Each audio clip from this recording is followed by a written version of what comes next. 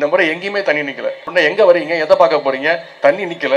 உங்களுடைய வீடுகள்லாம் கண்டிப்பா மழையில தண்ணியில மூழ்கி இருக்கும். கண்டிப்பா நீங்க எல்லாருமே ஒரு நாள் கோபமா தான் இருந்தீங்க எங்க மேல. ஆனா நாங்க யாரும் வீட்டுக்குள்ள போய் ஒளிஞ்சிக்கல. நாங்களாம் நான் ஒரு 4-5 நாட்கள் வீட்டுக்கு கூட போவே இல்லை. ஏன்னா எங்க வீட்லயும் தண்ணி நின்னுச்சு, உங்க வீட்டுல மட்டும் தண்ணி நிக்கல. ஆனா யாரும் வீட்டுக்குள்ள போய் ஒளிஞ்சிக்காம மக்களோட மக்களா நின்று அந்த நிவாரண பணிகளை மேற்கொண்டோம். சென்னையில பெய்த அந்த மழை போன வருடம்லாம் அங்கங்க தண்ணி நின்னுச்சு. ஏன்னா கடந்த ஆட்சியில அவங்க செஞ்ச முறை. ஆனா இந்த வருடம் எங்கேயுமே தண்ணி நிக்கல. ஏன்னா என்னுடைய தொகுதியில சென்ற வருடம் ஒரு 4-5 இடங்கள்ல தண்ணி நின்னது உண்மை. போய் ஆய்வு செஞ்சு அதை அப்புறப்படுத்தினோம், அதை சரி செஞ்சோம். ஆனால் இந்த முறை ஒரு 4-5 மாதங்களுக்கு முன்பே அதற்கான பணிகள்லாம் ஈடுபட்டு இந்த முறை எங்கேயுமே தண்ணி நிக்கல. நான் மழை பெஞ்சிட்டு இருக்கும்போது என்னுடைய வட்ட செயலாளர் பகுதி செயலாளர் தொலைபேசியில் அடிச்சு நான் வரேன், நான் வந்து பார்க்கணும். உடனே எங்க வரீங்க, எதை பார்க்க போறீங்க? தண்ணி நிக்கல. காலையிலே மரம் தான் அங்கங்க விழுந்து கிடந்தது, அதையும் மாநகராட்சியில் அப்புறப்படுத்திட்டாங்க. நீங்க வரணும்னா நாங்க 2 மரத்தை வெட்டி போட்டாதான் உண்டு அப்படின்னாங்க. அந்த அளவுக்கு நிறைய பேர் சொன்னாங்க, பொதுமக்களே சொன்னாங்க, பாராட்டாங்க. புயல் வந்தது போனதற்கான அந்த அறிகுறியே இல்லை என்று. அதுல இந்தியாவிலேயே நம்பர் 1 சிஎம் அப்படின்னு நம்முடைய தலைவர் அவர்களை தமிழக மக்கள் தேர்ந்தெடுத்தார்கள். அப்பொழுது தலைவர் அவர்கள் சொன்னார்கள், இது பத்தாது, இந்தியாவிலே நம்பர் 1 சிஎம் அப்படின்னு வர்றது பெரிய பெருமை கிடையாது, நான் தமிழ்நாட்டை இந்தியாவிலே நம்பர் 1 மாநிலமாக மாற்றுவேன், அதுதான் என்னுடைய இலக்கு என்று தலைவர் அவர்கள் சொன்னார்கள். எப்படி சென்னையில ஒரு மிகப்பெரிய வெள்ளம், வரலாறு காணாத வெள்ளம், மழை பேரிடர், ஒரே நாள்ல கிட்டத்தட்ட 48 சென்டிமீட்டர் மழை பெஞ்சது. உங்களுடைய வீடுகள்லாம் கண்டிப்பா மழையில தண்ணியில மூழ்கி இருக்கும். கண்டிப்பா நீங்க எல்லாருமே ஒரு நாள் கோபமா தான் இருந்தீங்க எங்க மேல. ஆனா நாங்க யாரும் வீட்டுக்குள்ள போய் ஒளிஞ்சிக்கல. நானாக இருக்கட்டும், நம்முடைய முதலமைச்சராக இருக்கட்டும், அண்ணன் சேகர்பாபா இருக்கட்டும், அண்ணன் கவியா இருக்கட்டும், சகோதரி மேயர், இப்படிப்பட்ட ஒரு மேயர், நாங்களாம் நான் ஒரு 4-5 நாட்கள் வீட்டுக்கு கூட போவே இல்லை. ஏன்னா எங்க வீட்லயும் தண்ணி நின்னுச்சு, உங்க வீட்டுல மட்டும் தண்ணி நிக்கல. ஆனா யாரும் வீட்டுக்குள்ள போய் ஒளிஞ்சிக்காம மக்களோட மக்களா நின்று அந்த நிவாரண பணிகளை மேற்கொண்டோம். இதுதான் திமுகவுக்கும் மற்ற இயக்கங்களுக்குமான அந்த வித்தியாசம். அவங்க எல்லாம் வருவாங்க, தேர்தல் நேரத்தில் வருவாங்க. ஆனா மக்களுக்கு ஒண்ணுனா களத்தில் நிக்கிறது நம்முடைய திராவிட முன்னேற்ற கழகத்தை சேர்ந்தவங்க தான். அதை நீங்க உணர்ந்திருப்பீங்க. அந்த உரிமையோடு தான் உங்களை எல்லாம் சந்திக்கிறதுக்கு தைரியமா தெம்பா இன்னைக்கு நான் வந்திருக்கிறேன். தலைவர் அவர்கள் உடனே அறிவிச்சாங்க நிவாரணத்தொகை, ஒரு குடும்பத்திற்கும் 6000 ரூபாய் நிவாரணத்தொகை அறிவிச்சாங்க. இப்போ தொலைக்காட்சியில செய்திகள் வருது, இந்த மாதிரி தூத்துக்குடியிலும் நெல்லையிலும் தென் மாவட்டங்கள்ல மிக கனமழை அப்படின்னு. தலைவர் உடனே தொலைபேசியில் அழைச்சு, நீ சென்னைக்கு வராத, உடனே தூத்துக்குடிக்கு போ அப்படின்னு. அங்க போய் அந்த பணிகளை எல்லாம், நிவாரண பணிகள் எல்லாம் மேற்கொண்டு இந்த நிகழ்ச்சியில் கலந்து கொள்வதற்காகத்தான் நேற்று மாலை சென்னைக்கு வந்தேன். இன்று உங்களை எல்லாம் சந்தித்து விட்டு மீண்டும் நாளை திருப்பி தூத்துக்குடிக்கு தான் போறேன். அந்த அளவுக்கு மக்கள் பணியில எங்களை எல்லாம் ஈடுபடுத்திக் கொண்டிருக்கிறோம். சேப்பாக்கம் திருவல்லிக்கேணி சட்டமன்ற உறுப்பினர் நான். பல நிகழ்ச்சிகளை கலந்து கொள்வேன். அங்க இந்த ஊமையோட கூப்பிடும்போது அங்க நிறைய பேர் என்ன செல்லமா என்ன கூப்பிடுவாங்கன்னா சேப்பாக்கத்தின் செல்லப்பிள்ளை அப்படின்னு கூப்பிடுவாங்க. நான் சேப்பாக்கத்துக்கு செல்லப்பிள்ளைனாலும் இந்த துறைமுகத்திற்கு நான் வளர்ப்பு பிள்ளை. ஏன் வளர்ப்பு பிள்ளைனா சொல்றேன்னா, எங்களுக்கெல்லாம் அந்த ட்ரைனிங் கொடுத்து வளர்க்கிறது யாருன்னா எங்களுடைய அண்ணன் சேகர்பாபு தான். எப்படியெல்லாம் நிகழ்ச்சிகள் நடத்த வேண்டும், எப்படியெல்லாம் நலத்திட்ட உதவிகள் கொடுக்க வேண்டும், எப்படி மக்கள் பணி ஆற்ற வேண்டும் என்று எங்களுக்கு ட்ரைனிங் கொடுப்பவர் அண்ணன் திரு சேகர்பாபு அவர்கள் தான். அதனால தான் நான் சொன்னேன். என்கிட்ட நிறைய பேர் கிண்டலாம் சொல்லுவாங்க, நாங்க வேற தொகுதியில் இருக்கிறோம், நாங்கெல்லாம் ஆசைப்படுறோம், நாங்கெல்லாம் சேப்பாக்கம் திருவல்லிக்கேணி தொகுதிக்கு வந்துடுறோம், ஏன்னா நீங்க அந்த அளவுக்கு நிறைய நிகழ்ச்சிகள் நடத்துறீங்க, நிறைய நலத்திட்ட உதவிகள் நடத்துறீங்கன்னு. ஆனா எனக்கு இந்த மாதிரி நிகழ்ச்சி எல்லாம் பார்க்கும்போது நான் சேப்பாக்கம் திருவல்லிக்கேணிலேருந்து துறைமுகத்துக்கு வந்துடலாமா, அந்த அளவுக்கு அண்ணன் சேகர்பாபு அவர்கள் தொடர்ந்து அத்தனை நிகழ்ச்சிகளை, ஒண்ணுக்கு ஒரு நிகழ்ச்சி இன்னொன்று நிகழ்ச்சி சளைத்ததல்ல, ஒரு நிகழ்ச்சியும் அடுத்து அதை விட சிறப்பான நிகழ்ச்சியாக, மக்களுக்கு நல்லது செய்கின்ற நிகழ்ச்சியாக தொடர்ந்து நடத்தி கொண்டு வந்து கொண்டிருக்கிறார். எனவே இந்த நேரத்தில் அண்ணன் சேகர்பாபு நான் சொன்னது போல, நான் பேசுகின்ற ஒவ்வொரு விஷயம் வெடிகுண்டு போல வெடிச்சிட்டு இருக்கு அப்படின்னு சொன்னார். சென்னையில இவ்வளவு பெரிய வெள்ளம், நம்முடைய தலைவர் அவர்கள் ஒன்றிய அரசு கிட்ட நிதி கேட்கிறார். மக்களுக்கு நாங்கள் நிவாரணம் கொடுக்க வேண்டும், நிவாரண நிதி கொடுக்க வேண்டும், இதையெல்லாம் சரி செய்ய வேண்டும், சாலைகள் இட வேண்டும், பாதிப்புகளை எல்லாம் சரி செய்ய வேண்டும் என்று தலைவர் முதலமைச்சராக ஒன்றிய அரசுக்கு ஒரு வேண்டுகோள் வைக்கின்றார். உடனே ஒன்றிய நிதியமைச்சர் ஒரு வார்த்தை சொல்கின்றார், நீங்க நிதி கேட்டா உடனே கொடுக்கறதுக்கு ஏடிஎம் மிஷினா அப்படின்னு ஒரு வார்த்தை சொல்றாரு. இதை பத்திரிகையாளர் நண்பர்கள் என்கிட்ட வந்து கேட்டாங்க, இப்படி சொல்றாங்களே என்ன ஒன்றிய அரசு ஏடிஎம் மிஷினா அப்படின்னு என்கிட்ட கேட்டாங்க.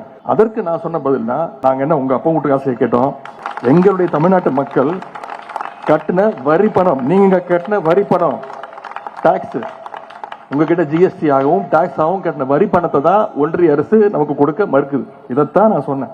இதை பற்றி நீங்கள் தெரிந்து கொள்ள வேண்டும். இந்த ஒன்றிய பாஜக அரசு தமிழ்நாட்டை மற்றும் எப்படி ஒரு மாற்றாந்தை மனப்பான்மையோடு பார்க்குதுன்னு. நிதி ஒதுக்கீடு என்று வரும்பொழுது ஒன்றிய அரசு எப்பொழுதுமே தமிழ்நாட்டை வஞ்சித்துக் கொண்டுதான் இருக்கிறது. இன்று நேற்று அல்ல. 2015 ஆண்டு முதல் 2021 வரை தமிழ்நாட்டில் ஏற்பட்ட இயற்கை பேரிடர்கள், இந்த மாதிரி புயல், வெள்ளம், பெருமழை வரும்போதெல்லாம் தமிழ்நாடு அரசு இதுவரை கேட்டது மொத்தம் 1,27,000 கோடி கேட்டது. ஒன்றிய அரசு கிட்ட தமிழ்நாடு அரசு கேட்டது 2015 முதல் 21 வரை. ஆனால் ஒன்றிய அரசு அப்ப கொடுத்தது வெறும் 5,300 கோடி. கேட்டது எவ்வளவு? 1,27,000 கோடி நம்மளோட காசு. ஆனா ஒன்றிய அரசு தமிழ்நாட்டிற்கு கொடுத்தது வெறும் 5,300 கோடி. எத்தனை சதவீதம் தெரியுமா? கேட்டதுல 4.6%, 4.6% கேட்டதுல.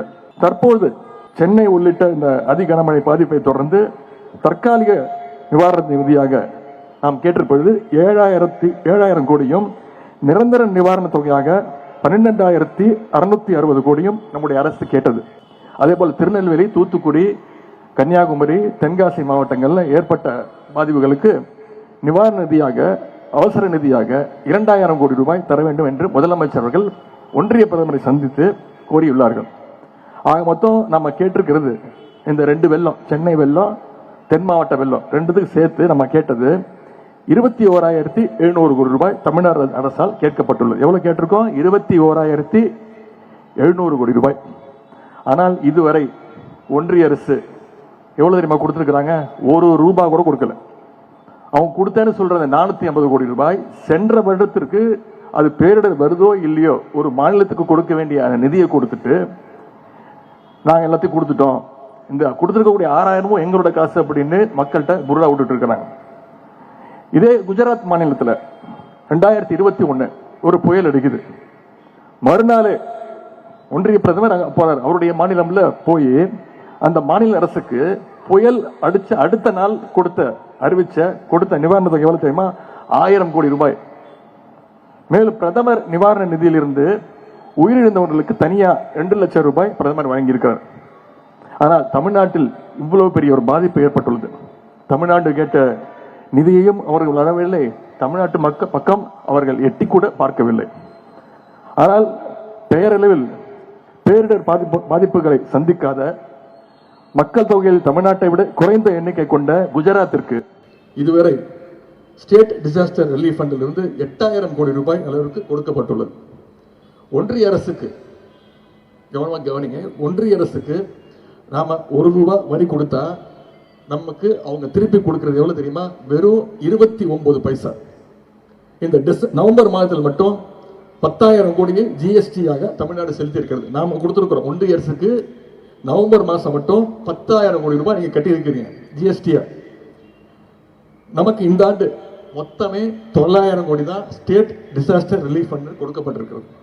ஆனால் மத்திய பிரதேச மாநிலம் 3,000 கோடி ரூபாய் ஜிஎஸ்டி கட்டியிருக்கிறாங்க. நம்ம கட்டது 10,000 கோடி ரூபாய், மத்திய பிரதேசம் கட்டது 3,000 கோடி ரூபாய். ஆனா மத்திய பிரதேசத்துக்கு எவ்வளவு தெரியுமா நிவாரண நிதி? 1,000 கோடி ரூபாய் ஸ்டேட் டிசாஸ்டர் ரிலீஃப் ஃபண்ட் கொடுக்கப்பட்டிருக்கிறாங்க. அதே போல கடந்த 9 ஆண்டுகள்ல தமிழ்நாடு 5 லட்சம் கோடி ரூபாய் ஒன்றிய அரசுக்கு வரி கொடுத்திருக்கு. நம்ம கட்டியிருக்கிறோம் 5 லட்சம் கோடி ரூபாய் ஒன்றிய அரசுக்கு வரி கொடுத்துள்ளது. ஆனால் நமக்கு திருப்பி கிடைத்தது வெறும் 2 லட்சம் கோடி ரூபாய். ஆனால் உத்தரப்பிரதேச மாநிலம் செலுத்த வரி, அவங்க ஒன்றிய அரசு கட்டின வரி 2 லட்சம் கோடி ரூபாய். ஆனா அவங்களுக்கு திருப்பி வரி பகிர்வாங்க 9 லட்சம் கோடி ரூபாய் கொடுத்திருக்கிறது ஒன்றிய அரசு. இது மட்டுமல்ல, இதைத்தான் நான் கேட்டேன். நாங்க என்ன உங்க அப்பா வீட்டு காசை கேட்டோம் அப்படின்னு. நேற்று மரியாதைக்குரிய ஒன்றிய அமைச்சர் அவர்கள் ஒரு பிரஸ் மீட்டை கூப்பிட்டு கிட்டத்தட்ட ஒரு 15 நிமிஷம் எனக்கு பாடம் எடுத்திருக்கிறாங்க. மரியாதையா பேசுங்க, உதயநிதிக்கு மரியாதை சுத்தமா தெரியல அப்படின்னு. நான் சொன்னேன், நான் மரியாதையாவே கேட்கிறேன். மரியாதைக்குரிய அமைச்சர் அவர்களே, மரியாதைக்குரிய உங்க அப்பா வீட்டு காசை நான் கேட்கல. எங்களுடைய தமிழ்நாட்டு மக்கள் பாதிக்கப்பட்டிருக்கிறாங்க, அவங்களுக்காக நிவாரண தொகையை நான் கொடுக்கணும். நம்முடைய அரசு கொடுத்தாக வேண்டும். அதனால்தான் நிவாரண தொகையை தயவு செய்து மரியாதையா கொடுங்கன்னு மரியாதையாக கேட்டேன். அதைத்தான் இங்கே மீண்டும் நான் வலியுறுத்தி கூறிக்கொள்ள விரும்புகின்றேன். இதெல்லாம் தமிழ்நாட்டு மக்கள் நீங்கள் பார்த்து கொண்டிருங்க. உங்களுக்கு எந்த நேரத்தில் எந்த முடிவு எடுக்கணுங்கிறது உங்களுக்கு நன்றாக தெரியும். அதற்கான ஒரு வாய்ப்பு வருகின்ற 2024 மே மாதம் உங்களுக்கு கிடைக்க போகுது.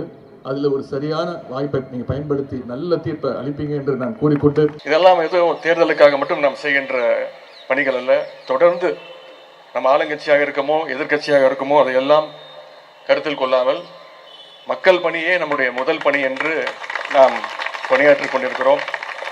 நம்முடைய தலைவர் அவர்கள் அல்லும் பகலும் இங்கே பேசும்போதெல்லாம் சொன்னாங்கல்ல, சமீபத்தில் சென்னையில் பெய்த அந்த மழை மாண்டஸ் புயல், போன வருடம்லாம் அங்கங்கே தண்ணி நின்றுச்சு. ஏன்னா கடந்த ஆட்சியில் அவங்க செஞ்ச முறை. ஆனால் இந்த வருடம் எங்கேயுமே தண்ணி நிற்கலை. அதற்கு முதல்ல நம்முடைய அண்ணன் சேகர்பாபு அண்ணன் அவர்களுக்கும் நம்முடைய மேயர் சகோதரி அவர்களுக்கும் அத்தனை அமைச்சர்களுக்கும் மாநகராட்சி ஊழியர்கள் அத்தனை பேருக்கும் என்னுடைய வாழ்த்துக்கள். ஏன்னா என்னுடைய தொகுதியில் சென்ற வருடம் ஒரு 4-5 இடங்கள்ல தண்ணி நின்றது உண்மை. போய் ஆய்வு செஞ்சு அதை அப்புறப்படுத்தினோம், அதை சரி செஞ்சோம். ஆனால் இந்த முறை ஒரு 4-5 மாதங்களுக்கு முன்பே அதற்கான பணிகள்லாம் ஈடுபட்டு இந்த முறை எங்கேயுமே தண்ணி நிற்கலை. நான் மழை பெஞ்சிட்டு இருக்கும்போது என்னுடைய வட்ட செயலாளர் பகுதி செயலாளர் தொலைபேசியில் வச்சு நான் வரேன், நான் பார்க்கணும். உடனே எங்கே வரீங்க, எதை பார்க்க போறீங்க, தண்ணி நிற்கலை. காலையிலே மரம் தான் அங்கங்கே விழுந்து கிடந்தது, அதையும் மாநகராட்சியில் அப்புறப்படுத்திட்டாங்க. நீங்கள் வரணும்னா நாங்கள் 2 மரத்தை வெட்டி போட்டால் தான் உண்டு அப்படின்னாங்க. அந்த அளவுக்கு நிறைய பேர் சொன்னாங்க, பொதுமக்களே சொன்னாங்க, பாராட்டாங்க. ஒரு புயல் வந்தது போனதற்கான அந்த அறிகுறியே இல்லை என்று சில இடங்கள் நின்றது. அது அடுத்தடுத்த பணிகள் மூலம் அதெல்லாம் சரி செய்யப்படும். தலைவர் அவர்கள் ஆட்சி பொறுப்பேற்றும் பொழுது எந்த சூழ்நிலை ஆட்சி பொறுப்பேற்றும் என்று உங்கள் அத்தனை பேருக்கும் ஞாபகம் இருக்கும். கொரோனாவுடைய உச்சகட்டம், மிக அருமையாக பணி செய்து அத்தனை பேரும் களத்தில் இறங்கி வேலை செய்து அந்த கொரோனாவை முதல் அலை 2வது அலையெல்லாம் எதிர்கொண்டு வெற்றி பெற்றோம். அப்பொழுது நடந்த ஒரு கருத்து கணிப்பு, அதுல இந்தியாவிலேயே நம்பர் 1 சிஎம் அப்படின்னு நம்முடைய தலைவர் அவர்களை தமிழக மக்கள் தேர்ந்தெடுத்தார்கள். அப்பொழுது தலைவர் அவர்கள் சொன்னார்கள், இது பத்தாது, இந்தியாவிலே நம்பர் 1 சிஎம் அப்படின்னு வர்றது பெரிய பெருமை கிடையாது, நான் தமிழ்நாட்டை இந்தியாவிலே நம்பர் 1 மாநிலமாக மாற்றுவேன், அதுதான் என்னுடைய இலக்கு என்று தலைவர் அவர்கள் சொன்னார்கள். சென்ற வாரம் இந்தியா டுடேல ஒரு கருத்து கணிப்பு, சிறந்த மாநிலங்கள் பட்டியலில் இன்று இந்தியாவிலேயே நம்பர் 1 மாநிலம் தமிழகமாக வந்திருக்கிறது. அதற்கு காரணம் நம்முடைய தலைவருடைய அயராத உழைப்பு, தலைவர் கொண்டு வந்திருக்கக்கூடிய அந்த திட்டங்கள். இந்த திட்டங்களை எல்லாம் நீங்கள் மக்களிடத்திலே எடுத்து கொண்டு போய் சேர்த்து, வருகின்ற பாராளுமன்ற தேர்தல் இன்னும் கிட்டத்தட்ட 1 ஆண்டு காலம் தான் இருக்கிறது, அதற்கு நாம் எல்லாம் தயாராவோம் என்று கூறிக்கொண்டு, வந்திருந்த அத்தனை பேருக்கும் மீண்டும் மீண்டும் என்னுடைய கிறிஸ்துமஸ் தின வாழ்த்துக்களை தெரிவித்துக் கொண்டு, வாய்ப்பளித்த அண்ணன் சேகர்பாபு அண்ணன் அவர்களுக்கும் வந்திருக்கக்கூடிய வேலையில் அமர்ந்திருக்கக்கூடிய அத்தனை பெரியவர்களுக்கும் மீண்டும் என்னுடைய நன்றியும் வாழ்த்துக்களையும் தெரிவித்துக் கொண்டு விடைபெறுகிறேன். நன்றி, வணக்கம்.